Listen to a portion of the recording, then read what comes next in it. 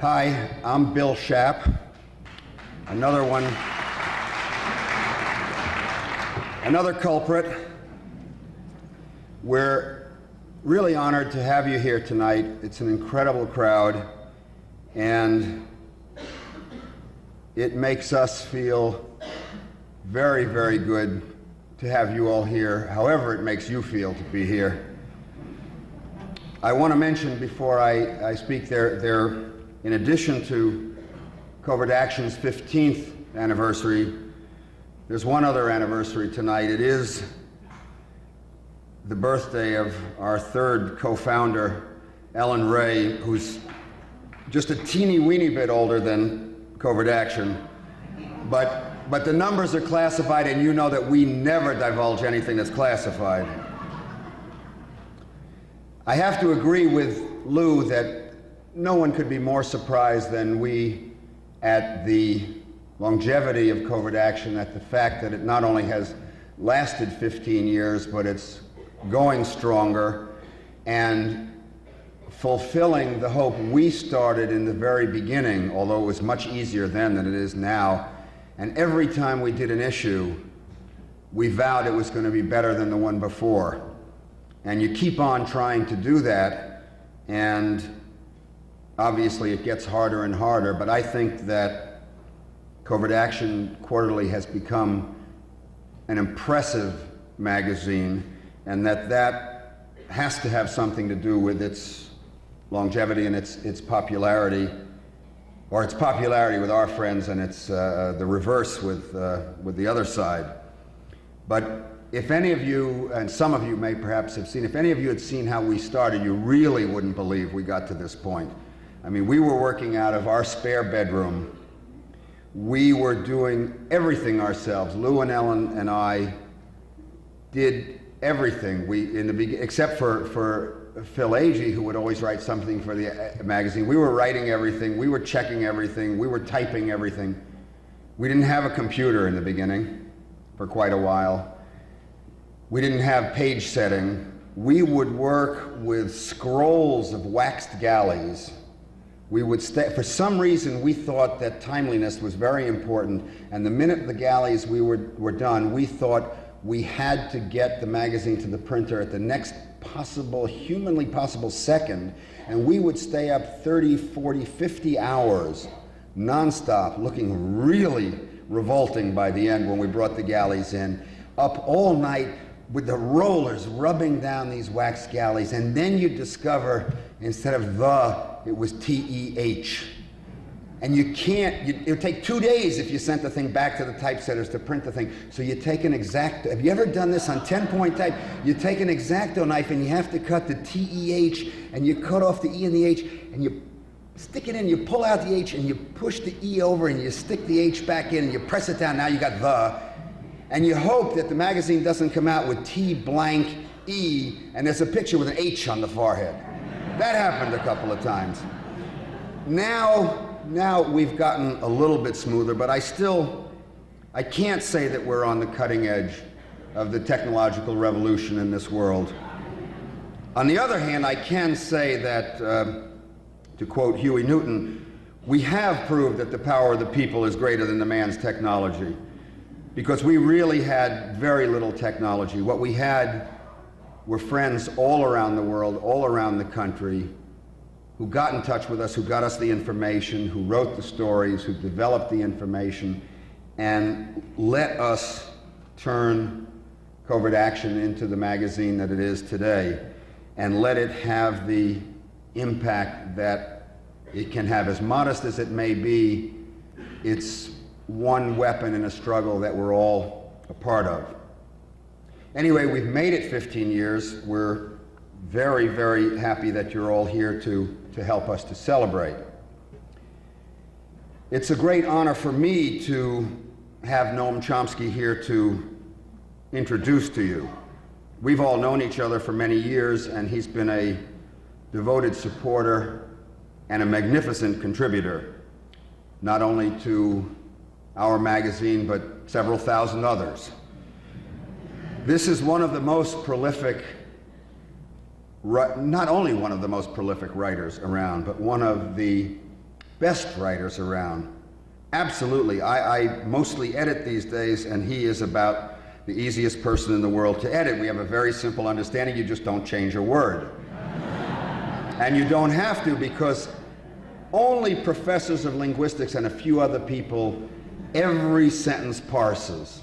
It's just a delight. And some of you who write for us know what I'm talking about, because you guys give us a hard time. But I say, you know, if you don't like what Noam Chomsky has to say, you don't ask him to write for you. We like what he has to say, we ask him to write for us, and he does. And there are a lot of people who don't like what Noam has to say.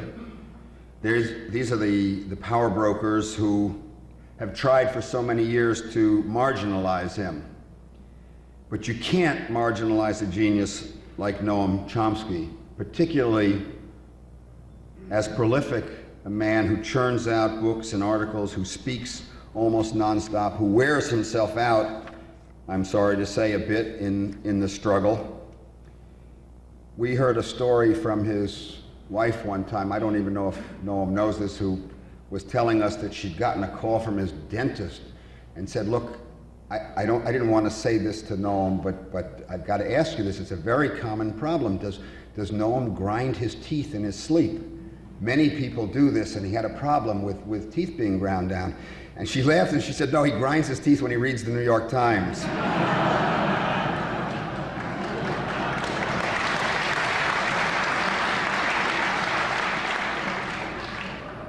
He's also a man, the only one I know, who actually answers just about every letter and every inquiry he ever gets. He's a one-person networking service. There are thousands of people, probably many of you in this room, who have contacted or been contacted by thousands of other people who write a letter or make a phone call that starts with, Noam Chomsky said you were the person I should get in touch with about this. And Noam's been doing that for years, and it's an invaluable service. It's been incredible for us. Some of the best people who've written for Covert Action, who've written for Lives of Our Times, who've written for other magazines, have been people that Noam has goaded into doing just that, into calling up those people, tell them you got this information, and write an article. But let me get serious for a minute. When you're asked to introduce one of the most brilliant intellects alive today, you have to do a little research. So I had to look Noam up. I had to go to, not just to the encyclopedias or the who's who, that's easy. Anybody can get in an encyclopedia or who's who. But I went to the dictionary. No, this guy is in the dictionary. Not only is Chomsky in the dictionary, Chomskyism is in the dictionary. Now, the problem is the only other guy I know that happened to was Joe McCarthy, so I'm not sure exactly what this means. So I looked that up to be prepared for all you people, and I'm reading this, and there's all this stuff in there about the world's foremost authority, not the world's foremost authority, that's the comedian in New York, that's the professor, but it said the world's leading authority on phonemes. And I'm looking at this, and I said, wait a minute. I said, this is very rare for dictionary. There's a typo in my dictionary. I said, because I know Noam. Noam is not an expert on phonemes, he's an expert on phonies. He's an expert on phony politicians, phony business tycoons, phony journalists. That's the Noam that we know. So I want to leave you with this thought. If you want to know about phonemes, you have to go to MIT. But if you want to learn about phonies, listen to our speaker, Dr. Noam Chomsky.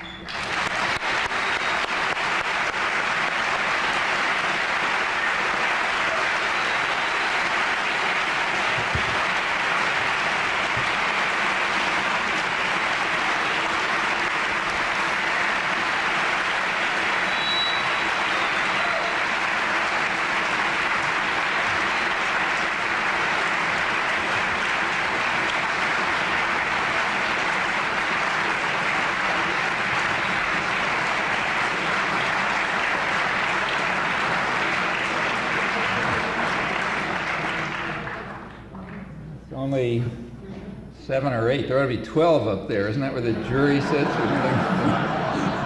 Now I'm getting worried. Good. A few more volunteer. The title I suggested a couple of months ago, Clinton's Vision, I didn't realize at the time how appropriate it would be and what an abundance of riches there would be to discuss it. The phrase "power against the people" was added later after the vision became manifested in action a little more.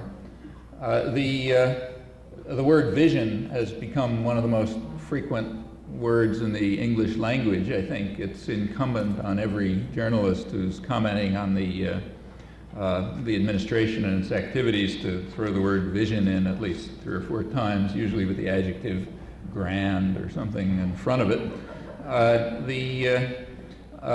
It's true that every president has to come along with a vision. That's part of the tools of the trade. But this one has really reached a peak of exuberance and exposure that goes a bit beyond the norm. Well, the vision was announced. There were 2 phases to it. There was an announcement and then the achievement to bring the announcement to reality. The announcement was in the last couple of days of September. There were 3 or 4 days there where there was a series of speeches by the President, the Secretary of State, the National Security Advisor, the Ambassador to the UN, all of which presented the Clinton vision of foreign policy.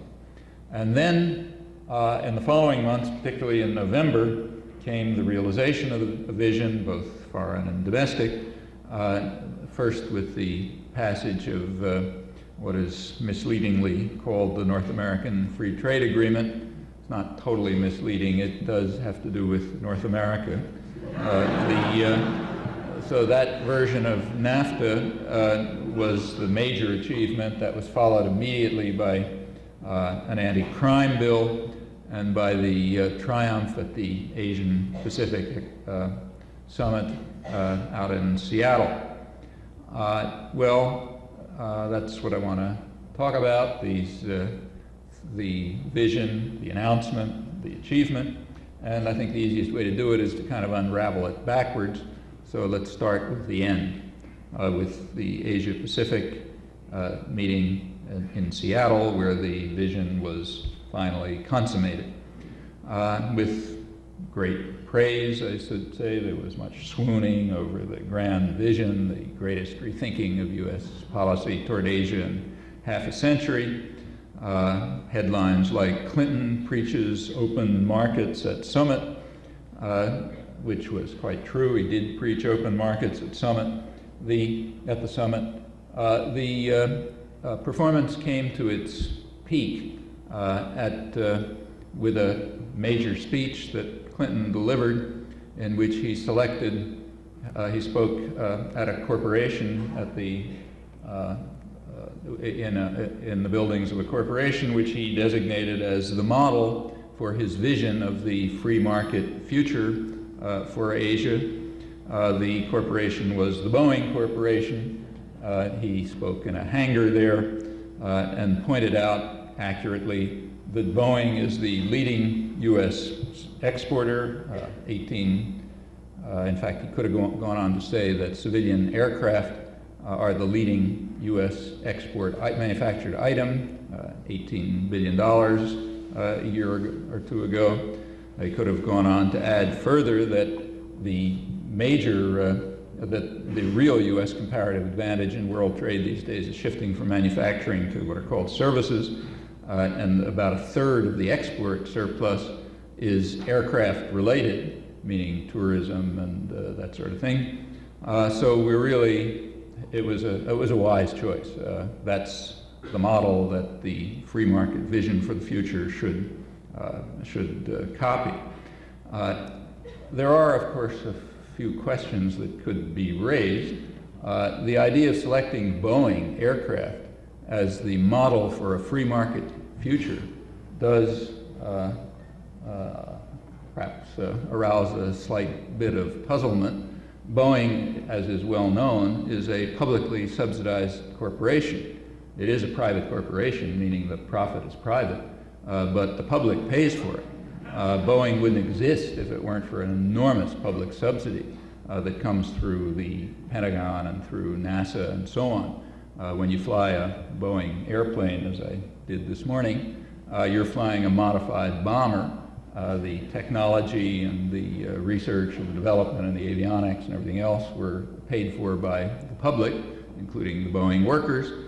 And if indeed civilian aircraft is our major manufacturing export, and if tourism-related services are our major service export, that simply shows how it's possible for a capitalist economy to survive if it completely abandons free market principles and rather relies upon extensive public subsidy in which public funds are provided to what's called private enterprise for them to use to maximize the profit of their investors and owners and CEOs and so on. That's the model for the future. Actually, for the free market future. If you look a little beyond into the small print in the laudatory articles, you'll find that the decision of the Boeing executives these days is to carry out what the press what the New York Times, I'm quoting, calls job-creating investment. So that's nice. You want to create jobs with the funds that you give them, except that those jobs are going to be created overseas because it's much more profitable that way. So the idea is that the Boeing executives make use of the public funds that are provided to them by their workforce and their communities and the rest of us in order to carry out job enhancement programs overseas because they make more profit that way. And as the Times put it, this is being done on a scale which would make the harshest critic of NAFTA wince if they knew about it. But fortunately, the people who are paying the bills, including the Boeing workers, aren't supposed to know about it unless they got to paragraph, 83 of the relevant article in the New York Times. Well, that's the model. That's the major model for the free market future for Asia.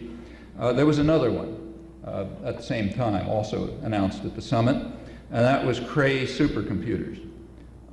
Clinton announced that he had made a deal with China by which China would be provided with supercomputers from the Cray Corporation, and that's another model for the free market future that we're cheering about.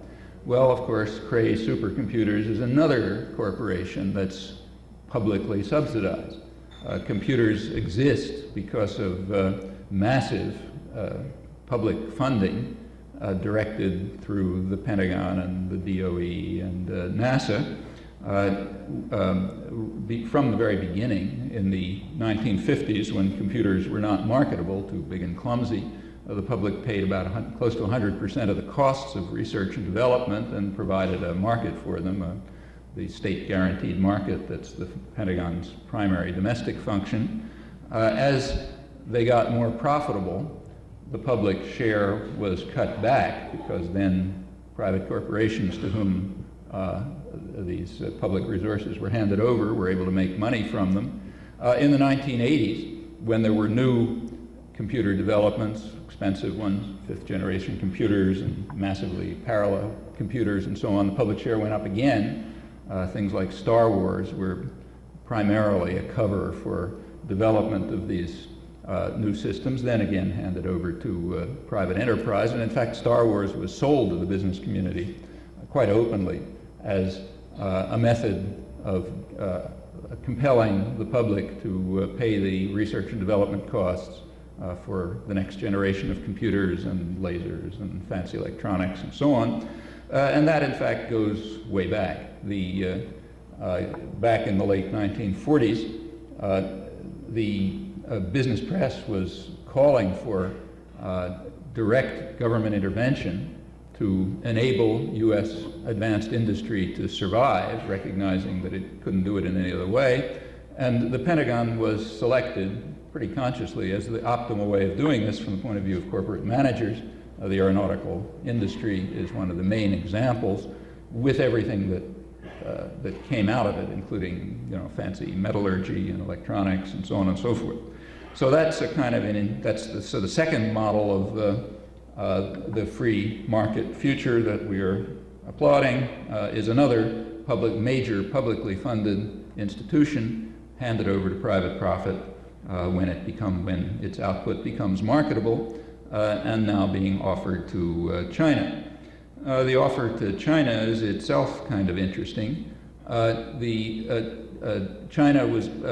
it was announced at the summit, simultaneously with the summit, that China would be provided not only with supercomputers, but also with U.S. Products that can be used for nuclear power generation, generators for nuclear power plants from GE and so on, and also other high technology exports. These are being offered to China in violation of recent congressional legislation which bans export of high technology materials to China after Congress was informed by the intelligence system, apparently conclusively, that China was involved in proliferation of missiles in violation of international conventions, and probably nuclear weapons proliferation as well. Well, according to the Clinton administration, the supercomputers are going to be used for weather forecasting. But Pentagon analysts quickly pointed out that nobody's going to know whether they're used for weather forecasting. The same computers can be used for missile development. The transfer of technology from nuclear power generation to nuclear weapons is a very small one. So there's a strong chance, in fact, a likelihood, that the Clinton administration is now engaged directly in technology transfer, which will contribute to further nuclear proliferation and missile proliferation in violation of international conventions. And also, this, just as the choice of the Boeing Corporation and the Cray supercomputers illustrates the model for the free trade future that we're envisioning, similarly, these decisions to contribute to nuclear weapons and missile proliferation illustrate the second major plank of the Clinton vision, namely its opposition to proliferation. If you read the proper articles in the New York Times, elsewhere you'll discover that the Clinton vision for the future has three basic elements. One, the commitment to free trade. Two, the commitment to stop proliferation of missiles and nuclear weapons. And third, human rights. Well, the human rights component is illustrated by the first sale of high technology material to China after the Tiananmen Square massacre. At the same, just out of an intriguing conjunction, the very same articles that lauded these achievements, at the very bottom, they found a few lines with a little Reuters report noting that 81 people had just died in a factory fire in China where they had been locked in to keep them at work. This is one of the joint Hong Kong-China economic ventures, which is contributing to what's called an economic miracle in southeastern China. It's a fact that happened to be a factory that makes dolls, probably for sale to American children on Christmas presents, and we can only hope that they manage to get the dried blood washed off before they send them here. There was a series of other stories within the same days on other atrocities of a similar nature. So our commitment, let's say simply to summarize, our commitment to the free market is illustrated by the examples of our commitment to the free market vision of the future are state subsidized, meaning publicly subsidized, private profit corporations, where the management, which of course has the right to do this in our system, carries out job enhancement programs elsewhere, dispersing public funds to eliminate the jobs of U.S. workers, because that's the way you can be more profitable. Our commitment to human rights and non-proliferation is illustrated by high-tech exports to major human rights violators who were involved in missile and nuclear proliferation. and human rights such as, for example, the right not to be burned to death in the factory that you're working where you're locked in, that consideration is zero. Warren Christopher, the Secretary of State, explained the matter of the congressional legislation which bans what they were doing by saying that by explaining to the Chinese that the administration would interpret the congressional legislation banning export of high technology, of high-tech equipment to China, they would interpret it as permitting such export. So that took care of that problem. Well, okay, that was the peak, the final peak of the achievements which illustrate the grand vision and gave rise to the praise and the swooning and the applause and so on and so forth. Now, intellectuals have a kind of a task at this point. They have to portray all of this as a triumph of our commitment to the free market and to human rights and to democracy. And intellectuals on the left, or on the left liberal side of the spectrum, also have a task. They have to portray it all as a demonstration of how what's called these days the politics of meaning guides every thought of the Clintons. And you want to make sure that you understand these instructions properly.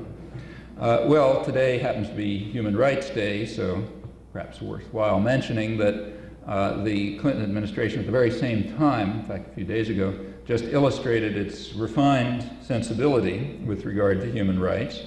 The Congress had passed legislation after considerable public pressure and lobbying and so on, passed legislation banning U.S. military training for Indonesian forces who are engaged in massive atrocities in East Timor. But the White House announced that it was going to provide military training to Indonesian military officers, and it explained that this was not in violation of the congressional legislation because the congressional legislation banned military training that the U.S. was paying for. But if Indonesia pays for the military training here, presumably using funds that we give them for that purpose, then that doesn't violate the congressional legislation. So that's the contribution to Human Rights Day, and it demonstrates the, as I say, refined sensibility of the administration in its human rights commitment, that part of the triad on which the vision is based. Also, at the same time, the White House announced that U.S. aid was going to close down 25 missions serving 31 of the poorest countries in the world as part of the cutback in what is in fact one of the most miserly foreign aid programs in the industrial world, which is now being reduced still further. That's, again, another contribution to human rights. You'll remember, since it's Human Rights Day, that the Universal Declaration of Human Rights, to which allegedly we're dedicated, about half of it is devoted to social and economic rights, the rights to decent health care, to food, to work, to union organizing, and so on. The U.S. has always rejected that part of the Universal Declaration of Human Rights, and this little action a couple of days ago is another illustration of that. While rejecting the universality of the convention, we of course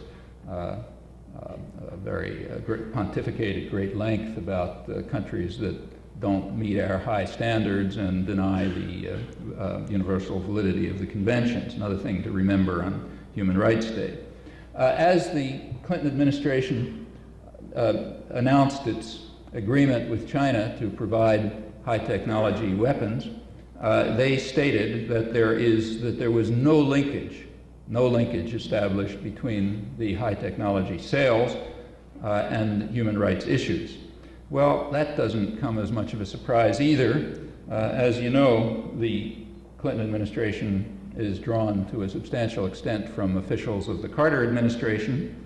The Carter administration opened its crusade for human rights right after it came into office in 1977 by facing one of the toughest problems. At that time, the United States was providing an enormous amount of armaments to the Shah of Iran, who ranked quite high, maybe on top, among human rights violators maybe had the record or came close to the record in torture of political prisoners and many other atrocities. And that posed a certain dilemma for the human rights crusade, and they faced it quite squarely.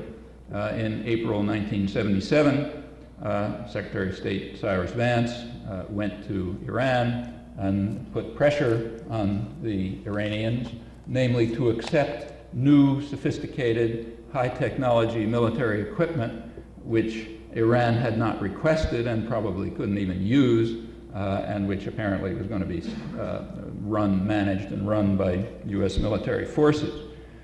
He was asked by reporters how this comported with the human rights crusade, and stated that there was no linkage raised between human rights issues in Iran and the sale of high-technology weapons, which were necessary for the benefit of U.S. corporations. And so it proceeds. A recent example was George Bush and James Baker. As the Berlin Wall was tottering and falling, giving a final end, symbolic end of the Cold War, Bush and Baker were in internal deliberations since leaked, pressing for $1 billion of new loans to their friend Saddam Hussein over the objections of the Treasury and Commerce Department. The objections didn't have anything to do with gassing Kurds or torturing dissidents or anything marginal like that, but with the fact that Iraq simply didn't appear to be creditworthy. But Bush and Baker overrode those objections and insisted that they get the loans because of the great commercial opportunities that Iraq was offering to American corporations, and because they were contributing to the stability of the Middle East. Stability is one of those code words, which means they're doing pretty much what we tell them to do. And that commitment to their great friend and ally continued up until the day when Saddam Hussein demonstrated that he wasn't contributing to stability, that is, he wasn't following orders, at which point he made the usual transition from favored friend to reincarnation of Attila the Hun. So that's another example of our vision of human rights. And in fact, it's kind of intriguing to watch over the years, Carter, Reagan, Bush, Clinton, to see what changes as one vision replaces another. I leave it to those of you with sufficiently refined sensibility to see if you can detect what changes. Well, that was the apogee. That was the peak of the grand achievements, the Seattle Summit. Let's go back to the one that immediately preceded it. The one that immediately preceded it was the passage of NAFTA, the executive version of NAFTA, in mid-November.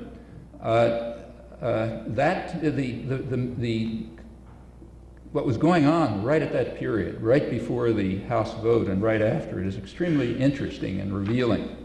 There was a kind of crescendo of hysteria building up among political leaders and in the press, which is a little bit unusual. Usually the political leaders and the press commentators try to repress their class loyalties. They don't want them to be too much on the surface. They try to take a pose of being above the fray. But this time that didn't happen. It all came out in the open. Actually, the New York Times even used the phrase class lines. I don't think I've ever seen that before in the press. It's one of the things we're not supposed to say. Too much was at stake, and it was impossible to keep it quiet.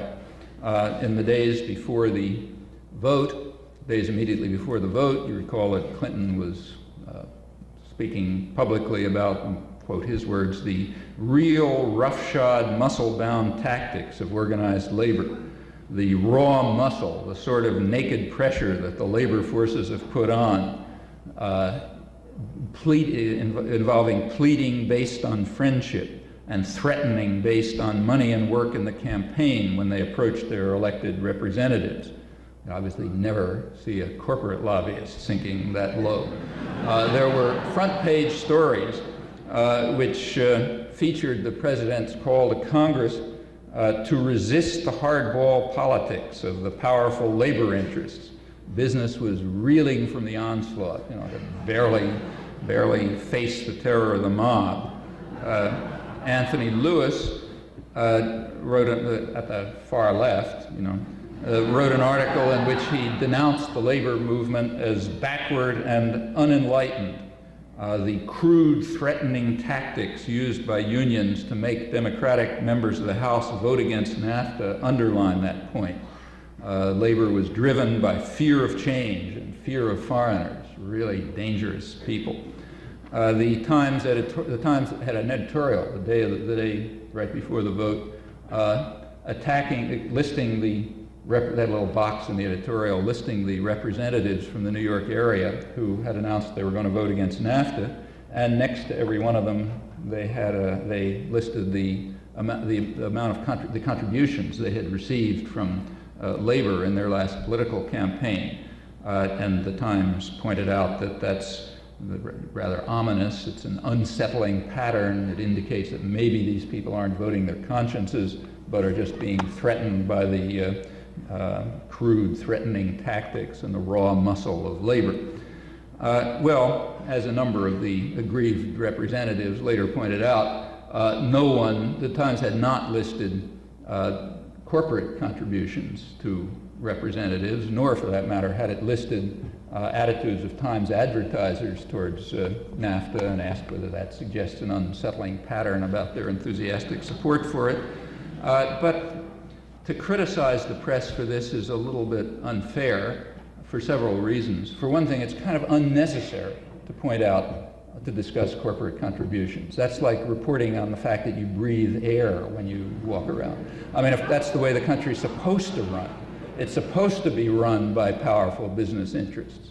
That's taken for granted. So it's no threat to functioning democracy if corporate lobbyists twist people's arms and pour huge amounts of money into the campaign and so on. That's just the way it's supposed to work. It's when labor tries to get involved. It's when working people try to become involved in influencing legislation that there's a real threat to democracy, and you have to get hysterical about it. Furthermore, it's, again, unfair to criticize the Times for not pointing this out, because they did indeed have a front-page story comparing labor lobbying with corporate lobbying, in which reporter Michael Wines accurately pointed out that there was just no comparison.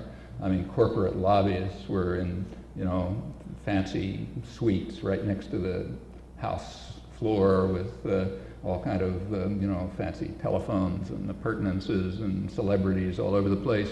Labor, they said you could find, a couple of blocks down the road in a boiler room somewhere without any telephones and, so on. They quoted one corporate lobbyist who was in the Carter administration, was looking at this and saying it's going to be a complete blowout. There's no worry about it. So they did tell the story accurately. There was a slight problem. The story was published the day after the vote. But again, it's unfair to criticize them for that. The newsroom is a busy place, and things sometimes fall between the cracks, and so on. But what's interesting about the hysteria, and it was real hysteria, I mean, the examples that I cited are illustrative, is that it illustrates that the traditional hatred for democracy among privileged elites, which is, after all, not very surprising because democracy would threaten privilege, that this is not just hatred of democracy, but it's passionate hatred of democracy. If the mob, the rabble, ever begins to become involved in something like requesting that their representatives do something, the civilization is coming to an end. It's not just a small problem from the point of view of a spectrum of opinion running from, say, Anthony Lewis over to the right, but it's a major problem. In fact, it's a catastrophe. That reflects hatred of democracy, which is true passion.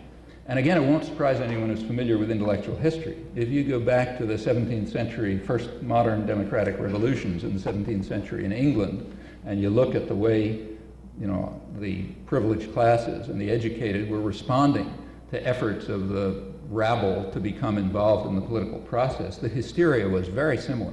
In fact, nothing has changed since those days, except that now it's rarely necessary to rise to these heights because usually the mob is kept under better control. The people who Walter Lippmann once called the ignorant and meddlesome outsiders, meaning the general population, generally don't intrude where they're not where they don't belong, like in the political arena. But when they do, you really have to beat them down, because otherwise we're in bad trouble. Well, Clinton's performance on the NAFTA issue, again, won great praise. There was another front page article in the New York Times the day the vote passed by their Washington correspondent, R.W. Apple, in which I can't duplicate this, so I'll quote it for you. He said, "Mr. Clinton retreated early on Bosnia, on Haiti, on homosexuals in the military, on important elements of his economic plan." That's a reference to the tiny stimulative package. "He seemed ready to compromise on all but the most basic elements of his health care reforms.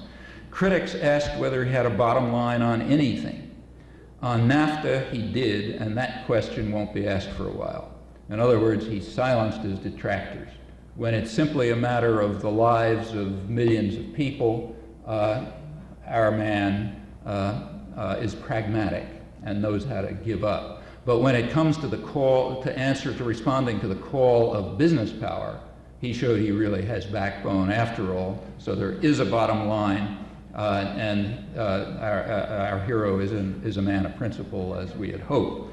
Well, that's again a natural reaction to a conflict where a great deal was perceived to be at stake. And it's interesting to ask exactly what was perceived to be at stake that caused this hysterical reaction, in which class loyalties were expressed with such complete candor and, in fact, fanaticism. Another article that appeared in the New York Times the day after the vote. That seems like one of my favorite issues of the New York Times, that day after the vote. There was another one which gave the first analysis that the Times had presented of what the economic effects of the NAFTA agreement were likely to be for the New York region. And it spelled them out. Well, let me see if I got it here. It said that there would be many gainers. The gainers would be sectors based in and around finance, the region's banking, telecommunications, and service firms, insurance companies, investment houses, corporate law firms, the PR industry, a vast assortment of such professional service firms, from management, consultants, and public relations to law and marketing. They're all poised to seek new businesses in Mexico. Banks and Wall Street securities firms, which would probably draw more benefit from the pact than any other businesses, say they're itching to buy Mexican businesses or invest in them. Some manufacturers would gain, namely high-tech industry and pharmaceuticals, both of which would benefit, they didn't mention this, but I add, would benefit from the increased protection. This version of NAFTA is highly protectionist, which is why American corporations liked it so much. A major part of that was increased protection for patents and what's called intellectual property, generally provisions that are designed to ensure that the technology of the future and the products of the future will be monopolized by US-based transnational corporations. In addition, they said two of the region's two largest manufacturing industries would benefit, namely the capital-intensive chemical industry, not many workers there, so they'll benefit, and publishing. They'll of course benefit from the highly protectionist measures that are being added. Publishing doesn't refer to Covert Action, Quarterly, and Lies of Our Times, but to the enormous propaganda apparatus run by the corporate system, which will indeed benefit.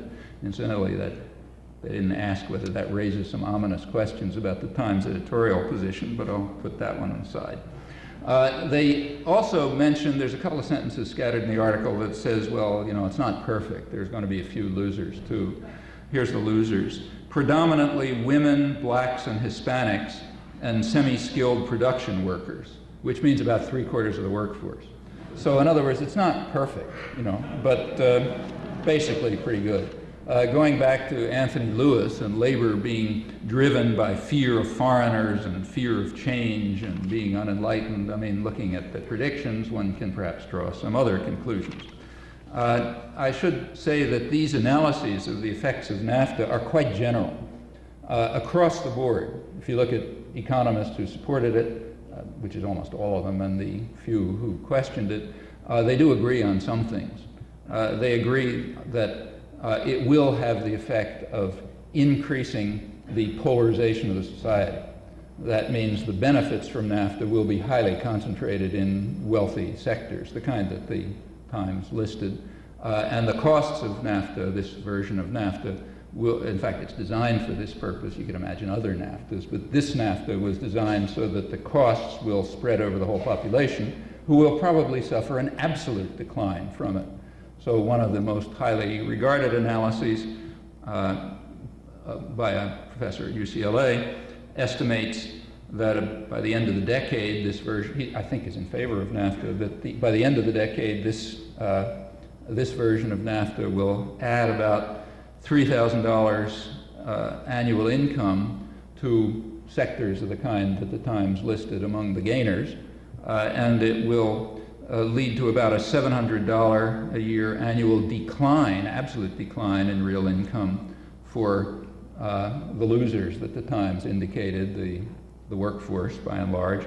And that'll average out, he estimated, to a loss for the general population of about $200 a year in real income by the end of the decade.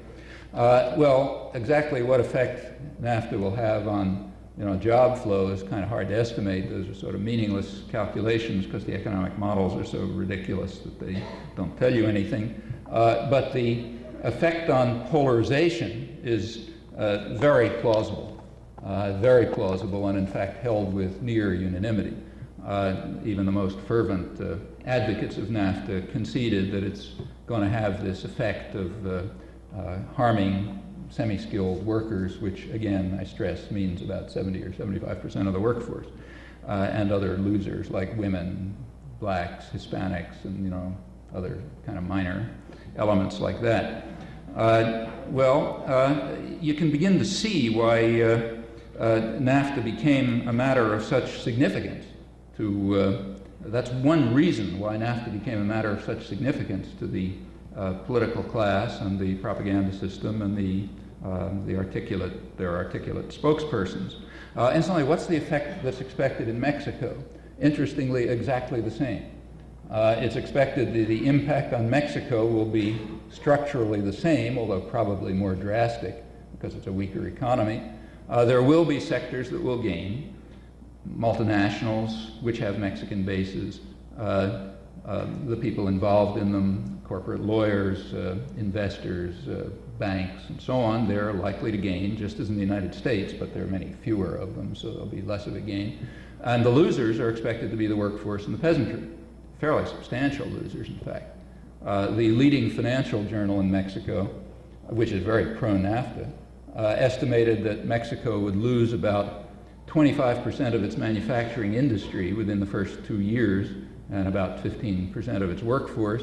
Other analyses estimate that millions of peasants will be driven, it's happening anyway, but millions more peasants will be driven off the land by cheap agricultural exports from U.S. agribusiness. The net effect of this is to swell enormously the unemployed, reserve army in Mexico, which naturally means driving down wages. It's obvious. There's no way to counter that in Mexico because union organizing ranges from difficult to impossible. There were enormous protests in Mexico, not reported here, against the agreement, mainly because Mexican workers and peasants guessed, and others, that the purpose and the effect of NAFTA would be to erode or destroy the constitutional guarantees for workers' rights and educational rights and so on. Those guarantees are significant. They're not always implemented, in fact, far from implemented, but the achievement of them was significant, and to eliminate them would be a major victory for transnational power. So the strong likelihood is that both in Mexico and the United States, and of course in Canada, the agreement will increase the polarization, perhaps sharply, that's been taking place anyway. Inequality has been growing in the United States for the past 30 years. Real wages have been declining since about late 60s. They even began to decline for people with college education during the Reagan years.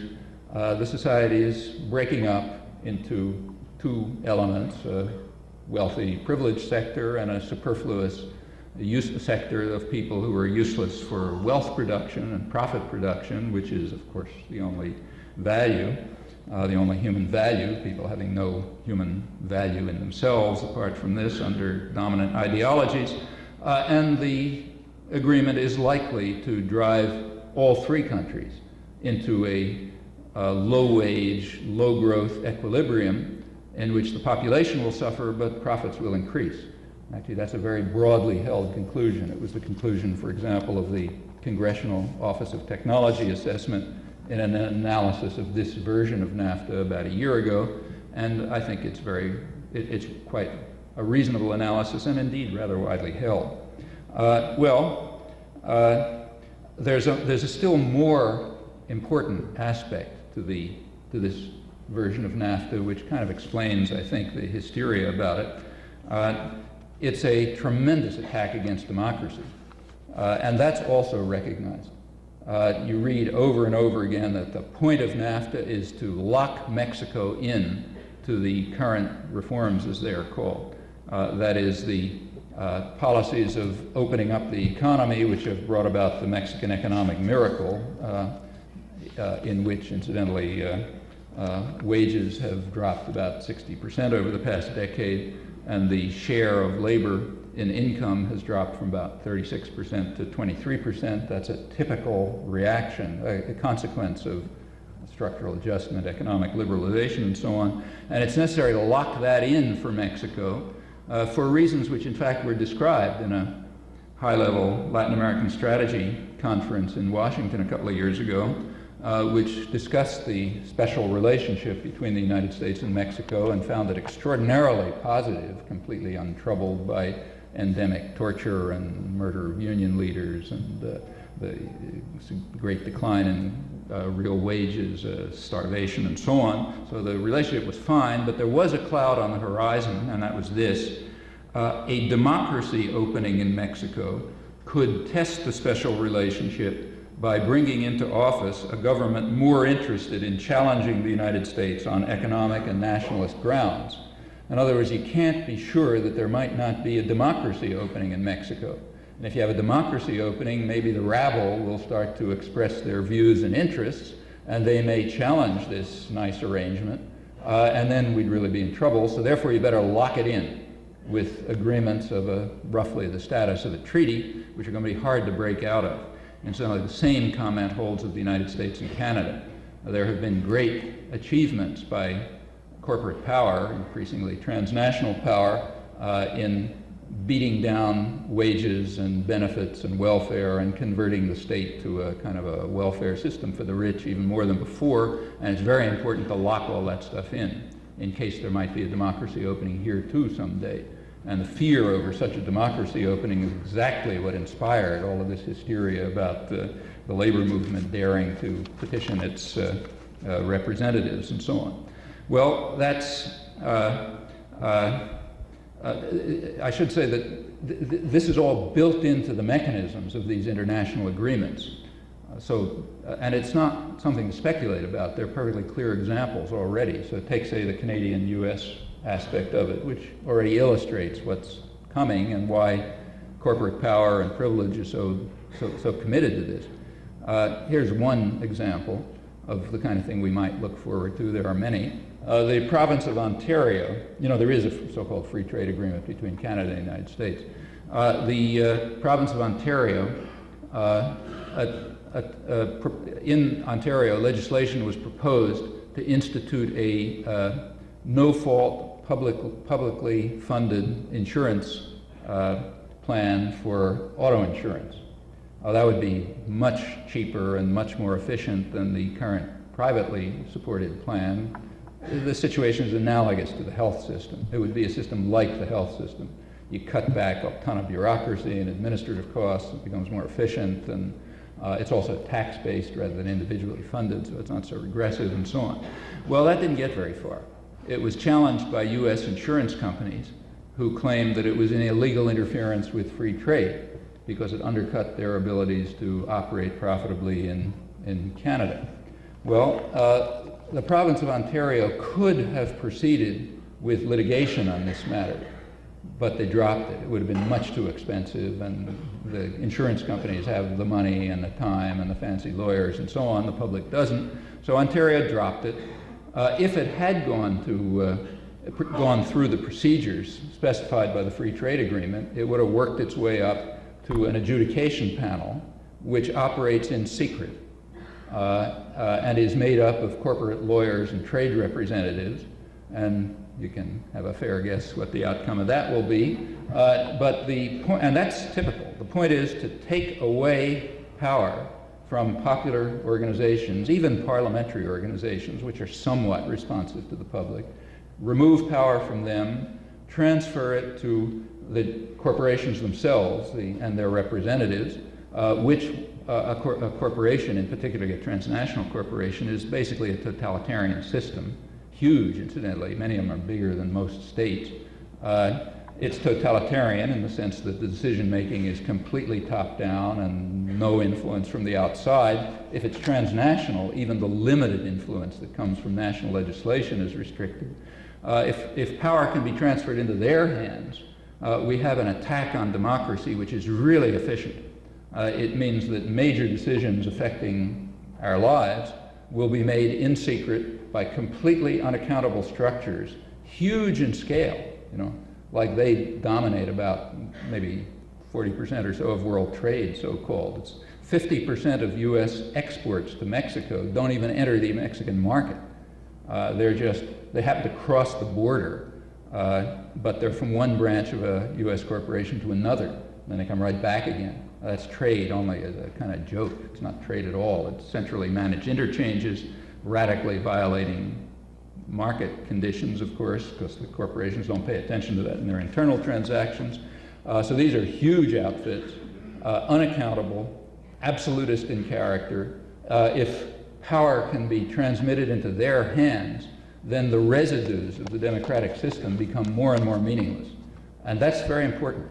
As I mentioned, the idea of popular democracy, of the mob and the rabble getting involved in public affairs, has always been anathema to privileged sectors. And here we have new opportunities for putting an end to this heresy forever while maintaining formal procedures. Like you go every once in a while to, push a lever here and there. Well, you can see that it really is a matter of great significance, not so much because of job loss or gain, nobody knows anything about that, but because of the contribution to polarization and the destructive effects on popular democracy. Those are serious matters, hence the enormous hysteria. I might say that the next major achievement of the Clinton administration, the one which we could have talked about if this talk was a little later, namely the health plan, has pretty much the same properties. The range of health plans considered in the United States, ranging from Clinton's managed care over to several options further to the right, they have two crucial properties which are required for a system, for a society that is business run, and business run by a highly class conscious and very powerful business community. One, they're all radically regressive. Unlike every other industrial society, all the plans being considered here are soak the poor plans. A tax-based plan, for example, is as progressive as a tax system. A wage-based plan, at least, you pay more if you get higher wages. Not very progressive, but at least not flat. The US plans all are flat. In fact, it's probably going to turn out that the CEO pays less than the guy who empties his wastebasket because he has fancier lawyers to figure out how to get tax deductions and so on. So these are, at best, absolutely flat, meaning radically regressive plans, soak the poor plans of a kind unknown in other industrial societies. And that's a fact about these plans that's almost never mentioned. In fact, you do a research project and try to find out how many references you can find to that rather significant fact in the extensive discussion in the media about the health plan. And the second element, which in fact is discussed, is that all these plans place major control in the hands of insurance companies. And that means half dozen huge insurance companies. Hillary Clinton was on television a couple of weeks ago denouncing insurance companies But if you looked closely, you'll notice that the insurance companies that she was denouncing were the small insurance companies, the ones that are going to be wiped out by these plans. The big insurance companies were notably quiet, kind of applauding quietly in the background, because they're the ones who are going to be the gainers. Incidentally, the Wall Street Journal noticed this and pointed out that Clinton is typical of Democrats in that his real commitments are to big business, not to the entire business community. In this respect, the Democrats are somewhat different from the Republicans, who are just the business party, you know. But the Democrats have a kind of more nuanced attitude toward the business community. This is one of the numerous respects in which they mention that Clinton is a particularly good friend to big business. That's the health program. Notice again, it's going to have the same kinds of social effects as well. And of course, to have the insurance companies run it means that the public pays the enormous costs of an insurance company-based program. That means folks like us are going to pay for the big executive salaries, like the $23 million annual salary of the CEO of Aetna. They'll pay for the profits of the insurance companies, which are enormous, pay for their advertising costs, which are enormous, and all the other corporate prerogatives. And they'll also pay the huge administrative costs, because the insurance companies are going to make very sure that they micromanage doctors to guarantee that they don't give any more health care than the companies can possibly get away with. And then the government's going to have another big bureaucracy monitoring the insurance companies to, you know, just so they don't totally run away with the store. And all of that is going to be costs added on, and those are all required for the healthcare system. Well, what about public opinion on all these matters? That's interesting. In the case of NAFTA, in all three countries, United States, Mexico, and Canada, public opinion was opposed. In Canada, overwhelmingly opposed. In the United States, it was running pretty steadily at about 60% opposition among the part of the public who had a point of view, which is kind of intriguing, since the propaganda was about 100% in favor, and in fact enthusiastically in favor. In Mexico, the latest polls that were taken showed 47% pro-NAFTA. I don't exactly know what the polls mean, like how much did they poll peasants and unemployed workers and so on. Anyway, general opposition in all three countries. In the health care, it's exactly the same. Polls have been taken on health in the United States for about 40 years now, and one consistent feature of them is that either absolute majorities or considerable pluralities have been in favor of the kind of healthcare system that you have in every other industrial country. Some version of a national healthcare system, either tax-based or something similar. The latest polls are running about 60 or 70% in favor of that, although it's off the agenda. All discussion is about other proposals.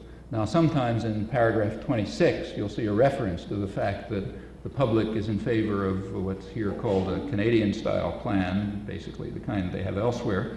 But there's a technical term to eliminate this irrelevance. It's called politically unrealistic. That means it's only the public who wants it, not the big corporations and the wealthy and so on. So therefore it's politically unrealistic and therefore off the spectrum. It's only advocated by that crude, threatening mob, the ignorant and meddlesome outsiders and so on. Well, NAFTA, again, is going to contribute to polarization, which means it's a major social engineering project, part of a major social engineering project, which is contributing to polarization of the society, actually across the world by now. It's an international phenomenon, coming back to the industrial countries. This marginalization of large sectors, possibly even a majority of the population, has consequences. It leads to social disintegration, to breakdown of social of families, of social relations, and so on. It leads to violence and abuse. It leads to enormous amount of crime. And therefore, it is not in the least surprising, in fact, rather symbolic, that a couple of days after the NAFTA agreement was passed, the Senate passed a huge anti-crime package. Well, that makes sense too. If you're going to create social disintegration, you better figure out a way to control it. And how do you control it? Well, take a look at the crime package, which also won enormous praise, I should say. Senator Orrin Hatch, for example, described it as the finest anti-crime bill in history. That's real praise for Bill Clinton. It added, 100,000 more police, new federal prisons. I think it was a six-fold increase in federal funding of repressive institutions, security forces, in effect, in 52 new federal crimes that get the death penalty. It becomes a crime to be a member of a street gang, so-called, and on and on. A highly repressive package, very reasonable. If social engineering projects are leading to the disintegration of society and the breakdown of social norms and marginalization of people, there's only two answers. Either you change the social policies, but that would harm the wealthy and the privileged, or else you figure out better ways to control and suppress them.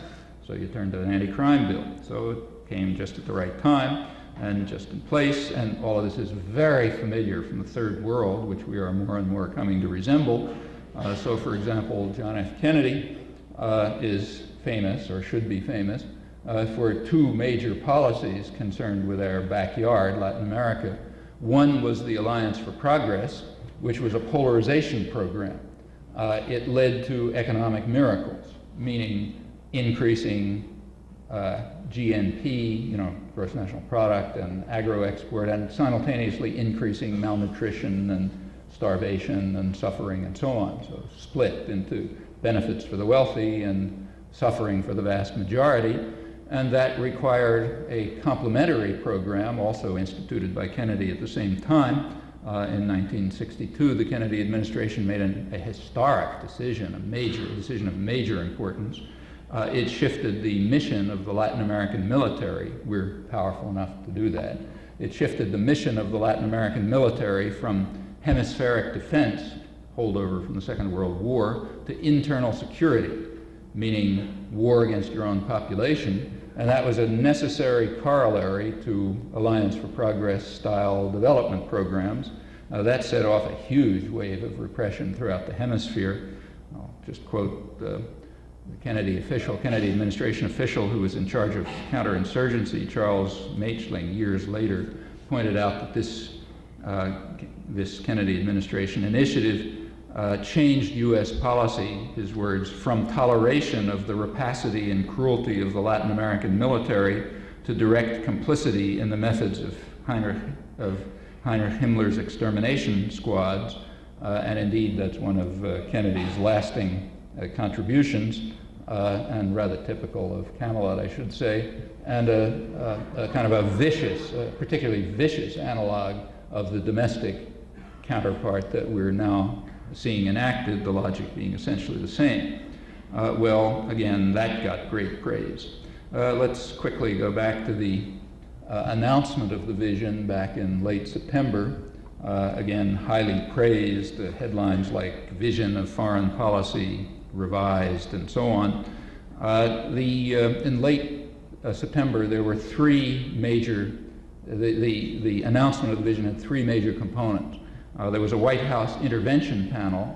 There was a international economic policy announced, and then the intellectual foundations of the new vision were explained by the National Security Advisor, Anthony Lake. That was all in a couple of days of late September. The intervention panel concluded that from now on we would not, it said in effect that the age of altruism is over. So we're not going to be nice guys anymore in intervention. I don't have to waste time on describing what happened when we were nice guys. Anyway, that's over. Now intervention is to be guided by the principle, what's in it for us? Okay? Those were the words, in fact, that the New York Times highlighted in describing the panel.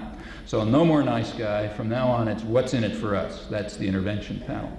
The economic panel, the export strategy that was announced, stated, well, I mean, it was sort of encapsulated rather nicely by the Secretary of Treasury, Lloyd Benson, who said, I'm tired of this level playing field business. From now on, we're going to have the playing field tilted in favor of American business. Okay? So the Reagan administration was breaking records, actually, in violating free trade agreements, like so-called free trade agreements like GATT, and in introducing protection. They, in fact, approximately doubled the percentage of imports subject to one or another form of protection. James Baker, when he was Secretary of Treasury, proudly announced to the business community that the Reagan administration had been more protectionist, had been more radical in violating market principles than all post-war administrations combined, which was quite true. It's left to the intellectuals to produce odes to our devotion to the free market. This is important stuff, no time for that. But the Clinton panel announced that that wasn't enough.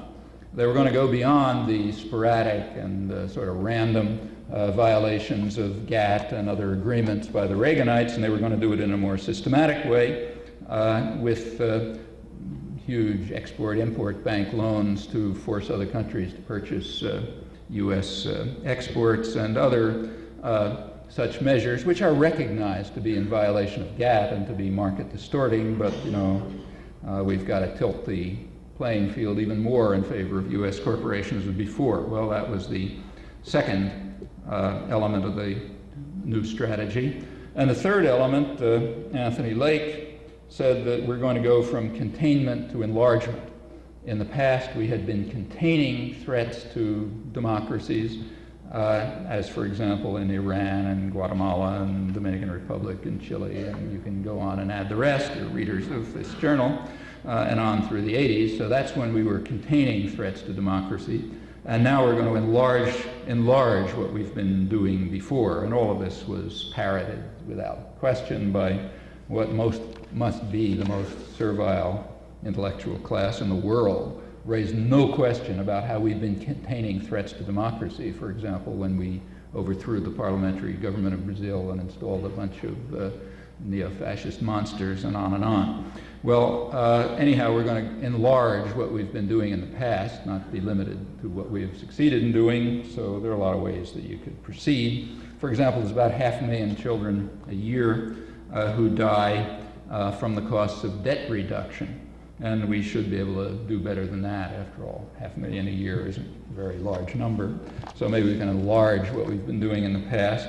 There are 11 million who die a year in the third world because they have been left by Western colonialism in a state of disaster and despair, and the West has been tightening the noose ever since and won't give a few pennies of aid that might be enough to save children dying from diarrhea and so on. And 11 million children, again, is not a huge number. I mean, after all, population's a big problem. So maybe we can do something about that. We can get it a little better. In the last 30 years, the gap between the richest and the poorest countries has doubled. Back around 1960, it was about 30 to 1, the 20% richest and 20% poorest. The gap was about 30 to 1. It's gone up to about 60 to 1, thanks to a combination of protectionist policies in the rich countries, which have become much more protectionist in recent years, and liberalization for the poor countries, which has, the effects of imposing market discipline, highly destructive. Those figures themselves, however, are highly misleading, because if you take the same UN figures and you look at the top 20% of people, not countries, but the top 20% of people in wealth and the bottom 20% in wealth, the gap has in fact extended to 140 to 1. So it's far greater than the gap between the richer nations and the poorer nations, which means the gaps are primarily, about half of them are internal to each society. These are the polarizing tendencies that we have been witnessing here as well, and which are highly praised by the business press. So, for example, the Wall Street Journal had a very enthusiastic article about a month ago describing what they called a welcome development of transcendent importance. Namely, wages in the United States had sunk to below any industrial country, except for England, which had done even better in beating down the working class and the poor. We hadn't yet made it to South Korea and Taiwan, and Papua New Guinea was still a couple of steps beyond. But that's another way in which we can enlarge the vision as we proceed into the future, and new policies are in fact designed for that. It's now reached a point. I mean, these have a lowering effect on everyone. Notice, in an era where productive labor can be transferred to high repression, low wage areas very easily, in an era of internationalization of production and finance, it's very easy. The lowering of wages in one place has an automatic effect of lowering them everywhere. So lowering Mexican wages will lower U.S. wages, lowering U.S. wages, lowering German wages. Italy, for example, has wages 20% higher than the United States. Just think what that means for a minute. The United States is the richest country in the world with just unparalleled advantages. Okay, now Italy has higher wages. Germany has wages about 60% higher, so naturally German corporations are going to shift their, say, production of luxury cars to places like Alabama, basically no union state, where they can get workers under what amounts to kind of third world conditions, which lowers wages in Germany.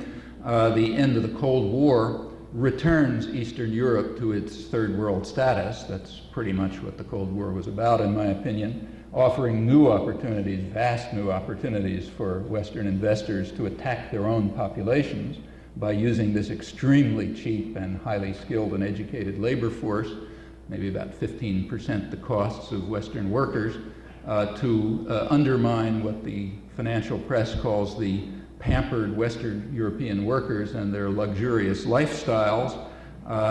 In the Wall Street Journal and the Financial Times and elsewhere, we read about how workers and unions are going to have to understand that the era of affluence and easy life and secure jobs and so on is over. That's a thing of the past. Notice that bosses and investors don't have to understand anything of the kind. What they understand is that the era of greater profits is coming, because that's the consequence as international society becomes polarized. And furthermore, that these systems of absolute power that they run will have more and more control over decisions in international society. That's what they're supposed to understand. Well, one can readily comprehend the great enthusiasm that's been generated about the Clinton vision and the general mood of triumphalism among the victors in this society, which includes wealthy sectors across the world. If you ask who the victors in the Cold War were, it wasn't the West, and it wasn't that the losers were in the East. In fact, the old Communist Party hierarchy in the East are among the victors. They're doing fine. In fact, this is what's sometimes called nomenclatura capitalism. The old political leadership is now the sector that's running the local mafia or working for Western businesses and so on. They're wealthy beyond their wildest dreams. The people of those countries are suffering as they're driven back to the third world. In the West, the investors and managers who can shift production to cheap labor areas in the East, they're doing fine. The workers in the West certainly didn't win from this. In fact, they're losing from it. And what you have is a set of victors and losers that are cross-national and that are defined by very clear class interests. The same was true after the Second World War, where it's just incorrect to say that the victors were the Allies and the losers were the fascists. That didn't happen at all. The big industrialists who were in Nazi Germany and Italy and Japan were put right back into power. In fact, ended up being wealthier than before. They were among the victors. Their own populations, including the anti-fascist resistance, they were the losers. And similar things happen in the West. And that's, in fact, what we're seeing now with the end of the Cold War. So you can understand the enthusiasm and the triumphalism among the victors who are transnational. And for people like us, all of this is quite important. U.S. power is at historic heights in many respects, including the ideology that goes along with it. The ideology of which the basic tenet is that human beings have value exactly insofar as they contribute to profit making. They have no intrinsic value. They're useless and meaningless objects if they do not contribute to this purpose. You control them or suppress them in some fashion. That's another ideological victory. and another increase in U.S. power. And this increase in power has a consequence. It means that our capacity to change the world increases accordingly. That's true for all American citizens. Along with it, our responsibility to make use of that capacity